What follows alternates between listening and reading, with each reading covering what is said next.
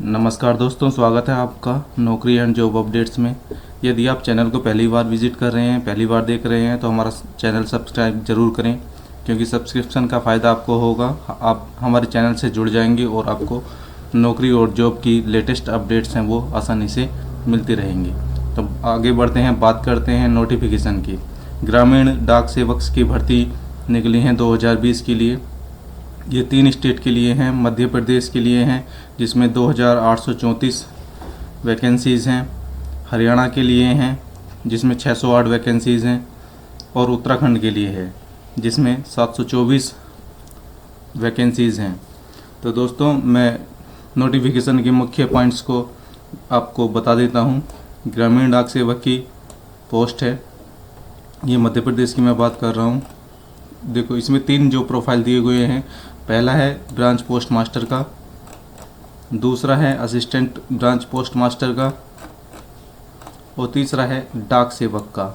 ये 3 जो प्रोफाइल इसमें दिए गए हैं, इसमें तीनों पर अलग अलग वैकेंसीज़ हैं। अब बात करते हैं टाइम रिलेटेड कंटिन्यूटी अलाउंस। एक तरह से ये आपकी सैलरी रहेगी। ये जो है BPM यानी कि ब्रांच पोस्ट मास्टर के लिए है। ये 4 घंटे की स्लैब की अगर हम बात करें तो 12,000 रुपये है, और 5 घंटे के स्लैब की बात करें तो ये 14,500 रुपये है। और ABPM ये डाक सेवक के लिए ये चीज़ है, आपकी TRC ये होगा 10,000 रुपये, और 5 घंटे के लिए होगा आपका 12,000 रुपये। आगे बढ़ते हैं, बात करते हैं एलिजिबिलिटी की। एलिजिबिलिटी यानी कि योग्यता क्या होनी चाहिए। इसके लिए जो उम्र है वो एज होनी चाहिए आपकी 8/6/2020 तक 18 से 40 वर्ष के आप होने चाहिए। 8/6/2020 क्यों है ये? 8 जून इसलिए है क्योंकि 8 जून को ये स्टार्ट हो चुकी है डेट आपकी। आप अप्लाई कर सकते हैं, रजिस्ट्रेशन कर सकते हैं। 8 जून से लेकर मैं आपको बता दूं, स्टार्ट डेट जो है 8 जून है, और जो लास्ट डेट है वो 7 जुलाई 2020 है। तो ये है आपका उम्र का क्राइटेरिया। जो एज है आपकी 18 से 40 साल के बीच में होनी चाहिए। अलग अलग कम्युनिटी के लिए अलग अलग रिलैक्सेशन दिए गए हैं। जैसे कि मैं शेड्यूल कास्ट की बात करूं या ST की बात करूं तो इसमें 5 इयर्स का रिलैक्सेशन है अपर एज में। OBC के लिए आपका 3 साल का रिलैक्सेशन है। इकोनॉमिकली वीकर सेक्शंस के लिए EWS जिसको बोलते हैं, कोई रिलैक्सेशन नहीं है। पर्सन्स विद डिसेबिलिटीज़ PWD के लिए 10 इयर्स का है पर्सन्स विद डिसेबिलिटीज़, और वो OBC में आते हैं तो 13 इयर्स का है। Persons with disabilities plus SC ST में आते हैं तो 15 साल का रिलैक्सेशन है। यहाँ पे नोट दिया गया है, there will be no relaxation in upper age limit to EWS candidate.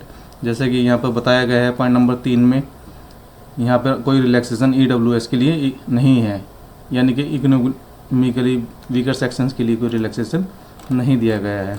बात करते हैं एजुकेशनल क्वालिफिकेशन की। क्या क्वालिफिकेशन डिमांड की गई है इसमें मैं बता दूं आपको, आप 10वीं पास होने चाहिए। यहाँ पे 10th की क्वालिफिकेशन है। आपकी जो मैंडेटरी सब्जेक्ट्स हैं वो मैथमेटिक्स है, लोकल लैंग्वेज हो कोई, और इंग्लिश हो। लोकल लैंग्वेज में आपकी हिंदी आ सकती है।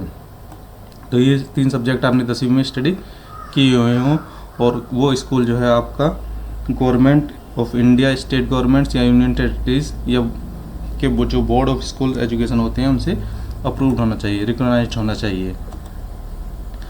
तो दोस्तों, जो क्वालिफिकेशन है वो 10वीं पास है। Compulsory knowledge of local language, एक लोकल लैंग्वेज आपको आनी चाहिए जैसे कि हिंदी या आपकी जो क्षेत्रीय भाषा है। Names of circles and official languages of the state union territories under each circle. यहाँ पे कुछ नाम दिए गए हैं लोकल लैंग्वेजेस के टेरिटरी के हिसाब से। जैसे फॉर एग्जांपल आंध्र प्रदेश के लिए तेलुगु है, असम के लिए असमीज़ है। तो हम बात कर रहे हैं आप मध्य प्रदेश, हरियाणा और उत्तराखंड की, तो मैं आपको बताता हूँ। हरियाणा के लिए हिंदी लोकल लैंग्वेज होगी, मध्य प्रदेश के लिए हिंदी होगी, और उत्तराखंड के लिए भी हिंदी होगी। आगे बढ़ते हैं, जो नेक्स्ट डिमांड है वो है बेसिक कंप्यूटर ट्रेनिंग की। आपको ज़रूरत है इसमें सर्टिफिकेट की, जिसमें आपको 60 दिन का सर्टिफिकेट मिलेगा बेसिक कंप्यूटर ट्रेनिंग की। वो आपने किया हुआ हो, बेसिक कंप्यूटर ट्रेनिंग का कोर्स आपने किया हुआ, किसी भी प्राइवेट इंस्टीट्यूट से किया हुआ हो, या स्टेट गवर्नमेंट या यूनिवर्सिटीज़ के जो ट्रेनिंग सेंटर हैं उसी से आपने किया हुआ हो।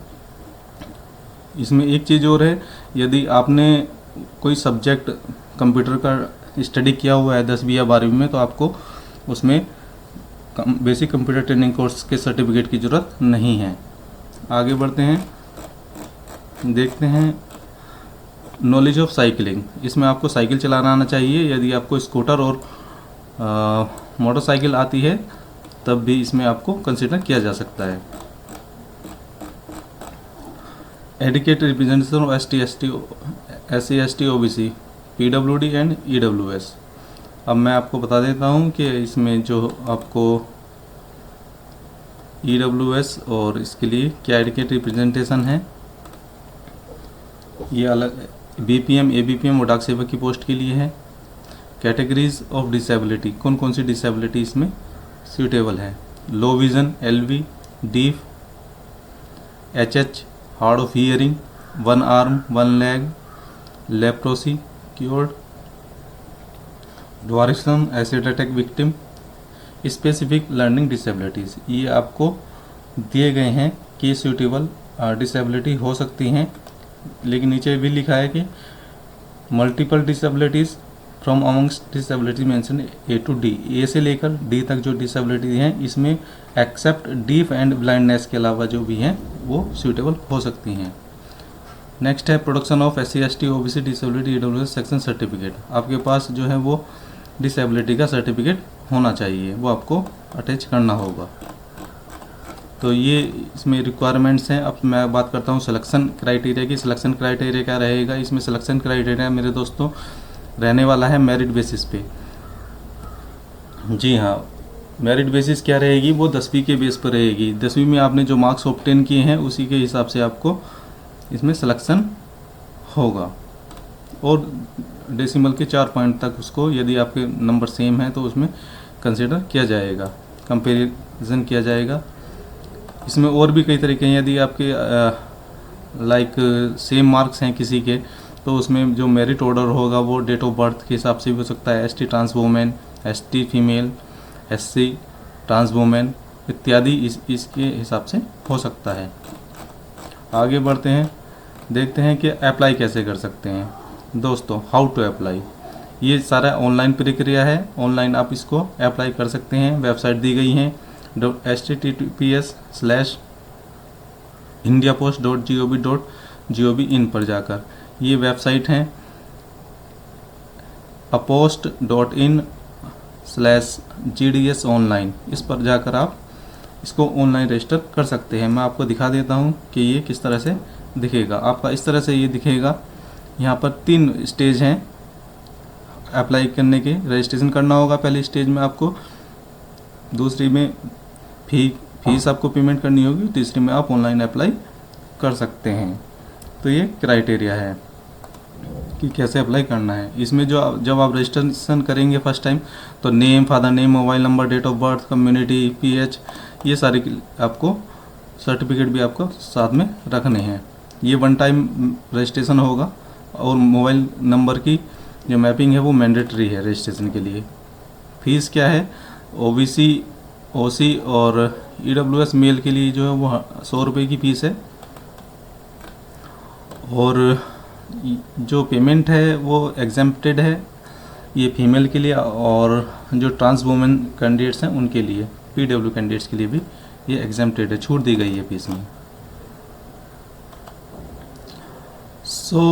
जब भी आप अप्लाई करेंगे तो स्कैन्ड कॉपी जो है आप अपने कुछ डॉक्यूमेंट्स के अपने साथ रख सकते हैं। लाइक अपने उनका फ़ोटो भी आप अपने साथ रख सकते हैं। कौन कौन से डॉक्यूमेंट है, आपके पास 10th का सर्टिफिकेट होना चाहिए, class 10 SSC marksheet, grades, points के ये होना चाहिए, डेट ऑफ बर्थ सर्टिफिकेट होना चाहिए यदि आपकी 10वीं मार्कशीट में डेट ऑफ बर्थ मेंशन नहीं है, कंप्यूटर सर्टिफिकेट होना चाहिए, computer community certificate, photo, signature, certificate of disability, certificate of transgender, ये सारे आपके पास होने चाहिए। एक बार ये इम्पोर्टेंट इंस्ट्रक्शन है, यदि आपका रजिस्ट्रेशन हो गया है और उसको सेव कर देते हैं तो वो फिर अल्टर्ड नहीं होंगे, यानी कि मॉडिफाई आप उसको नहीं कर सकते हैं। तो ध्यानपूर्वक इसको आपको करना है, बहुत ही ध्यानपूर्वक इसको आपको रजिस्ट्रेशन करना है और एप्लीकेशन करना है। ये मध्य प्रदेश के लिए आपकी ईमेल ID है। यदि कोई क्वेरी है तो आप इस पर सेंड कर सकते हैं और हेल्पलाइन नंबर भी दिया गया है। ये मध्य प्रदेश के लिए। इसी तरह से हरियाणा के लिए जो हेल्पलाइन नंबर है वो ये है 0172603369। उत्तराखंड के लिए जो है वो है 0135265591। ये हेल्पलाइन नंबर दिए गए हैं नोटिस में। तो दोस्तों ये है हमारा नोटिफिकेशन का पूरा विवरण। इसमें एनेक्सर दिया गया है। रजिस्ट्रेशन एंड फीस की जो स्टार्ट डेट है वो 8 जून 2020 से स्टार्ट है और जो एंड डेट है वो 7 जुलाई 2020 तक है। एप्लीकेशन की भी स्टार्ट डेट जो है वो 8 जून 2020 से है और 7 जुलाई 2020 तक ये एंड डेट है। ये कुछ पूरी लिस्ट दी गई है जितनी भी 2834 वैकेंसीज हैं मध्य प्रदेश में, कि उसको HO, SO और BO के आधार पर कौन कौन सी वैकेंसी किस किस आपके एरिया में निकाली गई है। तो ये पूरा विवरण इसमें दिया गया है नोटिफिकेशन में, ये देख सकते हैं। और एंड में कम्युनिटी के हिसाब से अगर बात करें तो कम्युनिटी के हिसाब से EWS के लिए ये 292 वैकेंसीज़ हैं, OBC के लिए 296, PWD A के लिए 33, PWD B के लिए 30, PWD C के लिए 29, PWD D के लिए 21, SC के लिए 428, ST के लिए 566 और UR के लिए यानी कि अनरिजर्व के लिए 1139। टोटल मिलाकर जो है वो 2834 वैकेंसीज़ वो मध्य प्रदेश में निकाली गई हैं। और हरियाणा की बात करें इसी तरह से हरियाणा में जो है वो कम्युनिटी के आधार पर अगर बात करें EWS के लिए 60, OBC के लिए 147, PWD A के लिए 5, PWD B के लिए 6, PWD C के लिए 7, PWD DE के लिए 1, SC के लिए 106, UR के लिए 276। टोटल मिलाकर जो है वो 608 वैकेंसीज निकाली गई हैं।